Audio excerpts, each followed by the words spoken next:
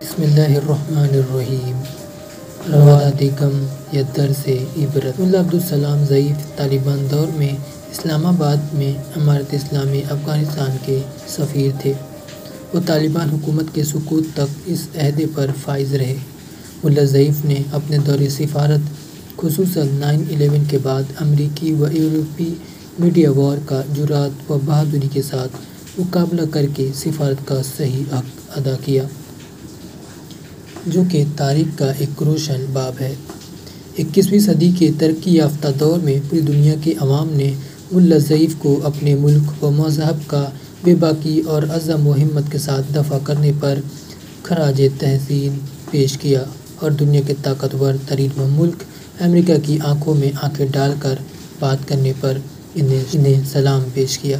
طالبان حکومت کے سقوط کے بعد پاکستانی حکام نے ان کو امریکا کے خونخوار پنجوں میں دیا تو یہ اقدام ان کے لیے حیران کن اور انوکھا نہیں تھا۔ ملا ضعیف 3 سال اور 10 مہینے گوانتانامو بے اور افغانستان کے عقوبت خانوں میں اپنے سینے پر وقت کے جابروں کے ظلم و ستم سہتے رہے۔ اس عذاب سے رہائی کے بعد ان کے دل دہلا دینے والی داستان کتابی صورت میں منظر عام پر آئی ہے۔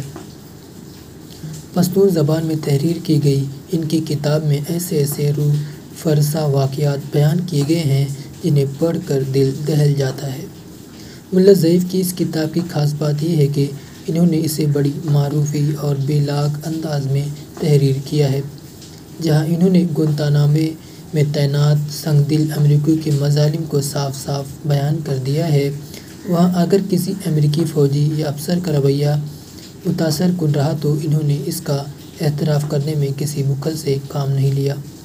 بدنام زمانہ امریکی عقوبت خانہ گوانتانامو بے پچھلے کئی برسوں سے عالمی سطح پر جمہوری، قانونی، سیاسی حلقوں اور انسانی حقوق کے کارکنوں کو شدید تنقید کا نشانہ بنا ہوا ہے۔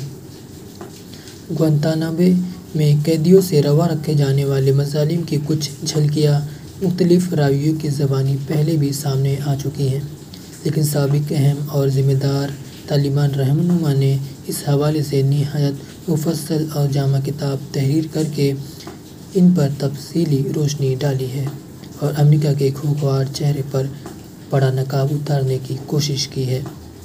ملا عبدالسلام ضعیف صوبہ قندھار کے ضلع پنچ وائی میں ملا نور محمد کے ہاں جنوری 1967 میں پیدا ہوئے۔ ابھی عمر عزیز کی صرف 2 بہاریں دیکھی تھی کہ ماں کی ممتا سے محروم ہو گئے۔ ماں کی رحلت کے بعد والد نے ان کی تعلیم و تربیت پر بھرپور توجہ دی۔ ابتدائی مذہبی تعلیم والد ہی سے حاصل کی۔ ابھی ان کی عمر 9 سال تھی کہ 1967 میں سایہ پدری سے بھی محروم ہو گئے۔ مزید تعلیم اپنے بڑے بھائی سے اور کچھ مقامی اسکولوں میں حاصل کی۔ سن 1978 میں افغانستان پر آفات آ پڑی تو خاندان کے دیگر افراد اپنے ساتھ ان کو بھی پاکستان لے آئے۔ یہاں 9ویں جماعت تک تعلیم حاصل کی۔ وطن کی محبت نے ان کو چین سے رہنے نہ دیا اور کم سنی ہی میں ان کے اندر جہاد کا جذبہ پیدا ہو گیا۔ ملا ضعیف نے اپنے والد کے ایک قریبی دوست ملا محمد صادق اخوند کے ساتھ ضلع پنچ وائی میں صدیقیہ تحریک کے بینر تلے جہاد شروع کیا۔ جہاد کے ساتھ علم کے مزید موتی سمیٹنے کا سلسلہ بھی جاری رکھا۔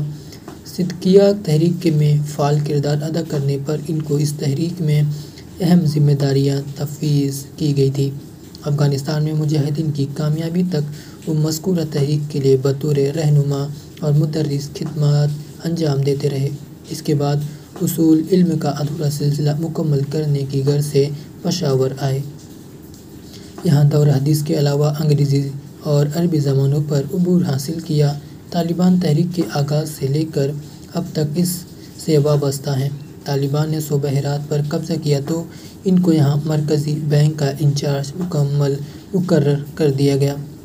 15 ماہ تک اپنی ذمہ داریاں احسن طریقے سے ادا کرنے کے بعد وزیر دفاع مقرر کیے گئے۔ وزارت کا قلمدان سنبھالنے کے 6 ماہ بعد مستعفی ہو گئے۔ اس کے بعد وزیر ٹرانسپورٹ بھی رہے۔ سن 2001 میں اسلام آباد میں افغانستان کے سفیر مقرر کیے گئے۔ 1 جون 2002 کو پاکستانی حکام نے ان کو امریکیوں کے حوالے کر دیا اور 3 سال 10 مہینوں تک انہوں نے افغانستان اور امریکہ کی جیلوں میں سخت ترین ذہنی و جسمانی تشدد، صحبتیں اور تکالیف برداشت کی۔ 11 ستمبر 2005 کو امریکہ نے ان کو موجودہ افغان حکومت کے حوالے کر دیا۔ آج کل افغان دارالحکومت کابل میں مقیم ہیں۔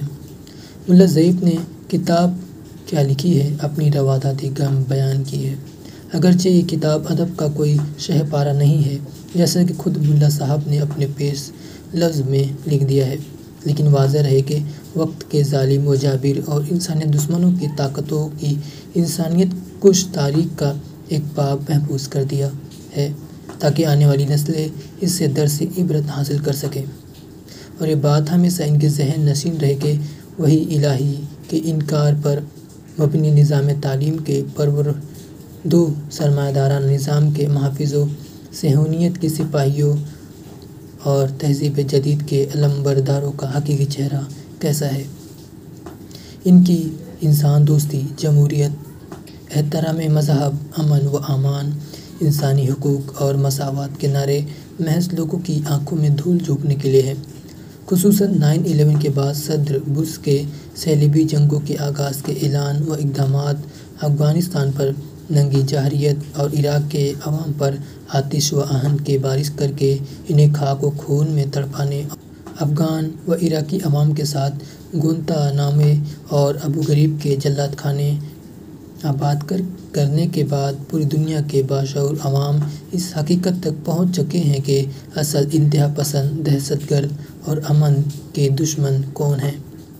امریکی قوم کی تاریخ انسانیت پر ظلم و ستم پر مبنی ہے۔ ہیروشیما اور ناگاساکی پر ایٹم بم گرا کر لاکھوں انسانوں کو موت کے گھاٹ اتارنے والا امریکہ جنگ عظیم دوم کے بعد سے آج تک پوری دنیا کے لیے خطرہ بنا ہوا ہے۔